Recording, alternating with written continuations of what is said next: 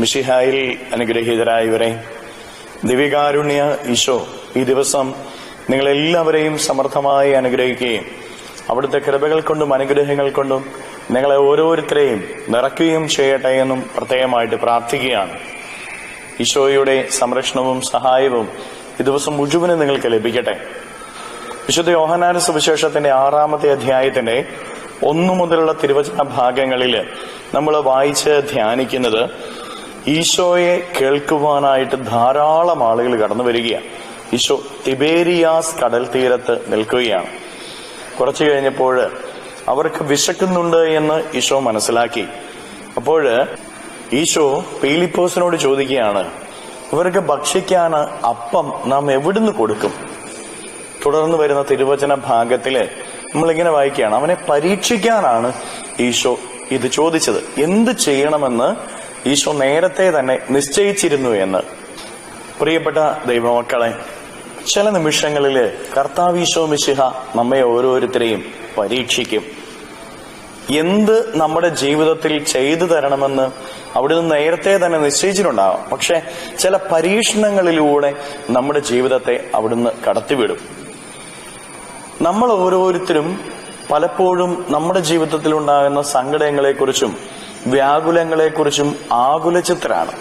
നമ്മൾ ഒന്നിനെക്കുറിച്ചും ആകുലചിത്തരാകേണ്ട കാര്യമില്ല.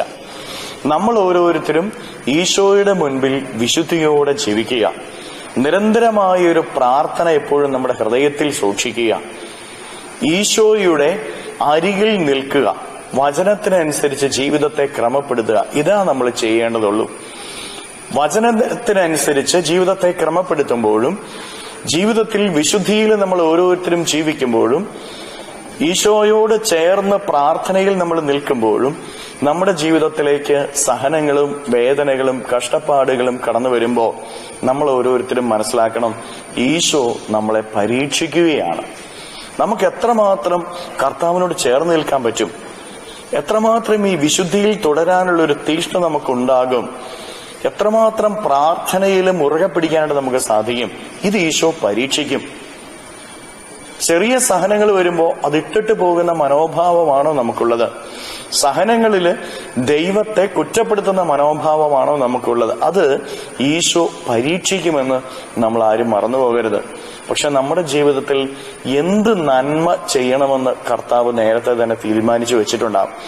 ഈ സഹനങ്ങളില് നമ്മൾ ഓരോരുത്തരും വിജയിച്ചു കഴിഞ്ഞാൽ, ഈ സഹനങ്ങളെ കർത്താവ് നൽകുന്ന പരീക്ഷണമാണെന്ന് തിരിച്ചറിഞ്ഞ് ഏറ്റെടുക്കാനായിട്ട് നമ്മൾ തയ്യാറായാൽ, സഹനങ്ങളിൽ നിശബ്ദതയോടെ കർത്താവിനോട് ചേർന്ന് നിൽക്കാൻ നമ്മൾ തയ്യാറായാൽ, നമ്മുടെ ജീവിതത്തില് കർത്താവ് ധാരാളം അനുഗ്രഹങ്ങൾ വർഷിക്കുമെന്നുള്ള കാര്യം നമ്മൾ ആരും മറന്നു പോകരുത്. അതാണ് തിരുവചനത്തിലൂടെ ഈശോനാഥൻ വ്യക്തമായിട്ട് നമ്മെ ഓരോരുത്തരെയും പഠിപ്പിക്കുന്നത്. അതുകൊണ്ട് പ്രിയപ്പെട്ടവരെ, ജീവിതത്തിൽ സഹനങ്ങൾ ഉണ്ടാകുമ്പോൾ, ജീവിതത്തിൽ കഷ്ടപ്പാടുകൾ ഉണ്ടാകുമ്പോൾ, ജീവിതത്തിൽ കുറവുകൾ ഉണ്ടാകുമ്പോൾ നമ്മൾ ആരും ഭയപ്പെടേണ്ട. നിശബ്ദതയില്, പ്രാർത്ഥനയില്, വിശുദ്ധിയില് ഈശോയോട് ചേർന്ന് നിൽക്കുക. അവിടുന്ന് നന്മയായിട്ടുള്ളത് നമ്മുടെ ജീവിതത്തിന് നൽകും. കരങ്ങളെ യാചനയോടെ പിടിച്ച് കർത്താവിന്റെ കരങ്ങളിലേക്ക് നമ്മുടെ ജീവിതത്തെ പരിപൂർണമായിട്ട് സമർപ്പിച്ചുകൊണ്ട് നമുക്ക് സ്തുതിക്കാം. ഹല്ലേലൂയ. ഈശോയെ നന്ദി. Hallelujah, hallelujah, hallelujah, hallelujah, hallelujah, hallelujah. കർത്താവായ ഈശോയെ മക്കളെ ഓരോരുത്തരെയും സമർപ്പിക്കുന്നു. ഓരോരുത്തരെയും അനുഗ്രഹിക്കുകയും ആശീർവദിക്കുകയും ചെയ്യണമേ. ഇവരുടെ ജീവിതങ്ങളിലേക്ക്, ഇവരുടെ അധ്വാനങ്ങളിലേക്ക്, ഇവരുടെ ജീവിത വഴികളിലേക്ക് അങ്ങിറങ്ങിച്ചെന്ന് ഇവരെ ഓരോരുത്തരെയും സംരക്ഷിക്കുകയും സഹായിക്കുകയും ചെയ്യണമേ. ഇവരുടെ ജീവിതത്തിൽ നിന്ന്, ജീവിത വഴികളിൽ നിന്ന് സർവ്വ തിന്മകളും ബന്ധനങ്ങളും കെട്ടുകളും പിശാചിന്റെ ഉപദ്രവങ്ങളും നാരകീയ ശക്തിയിലെ പ്രവർത്തനങ്ങളും പൈശാചിക ശക്തിയിലെ പ്രവർത്തനങ്ങളും ബന്ധിച്ചു നിർവീര്യമാക്കി നരാഗ്നിയിലേക്ക് അട്ടിപ്പായിക്കുന്നു. എല്ലാ കെട്ടുകളും ഇവരുടെ ജീവിതത്തിൽ നിന്ന് അഴിയട്ടെ എന്ന് കൽപ്പിക്കുന്നു. Hallelujah, hallelujah, hallelujah, hallelujah. നിത്യം പിതാവും പുത്രനും പരിശുദ്ധാത്മാവുമായ സർവേശ്വര എന്നേക്കും ആമേൻ.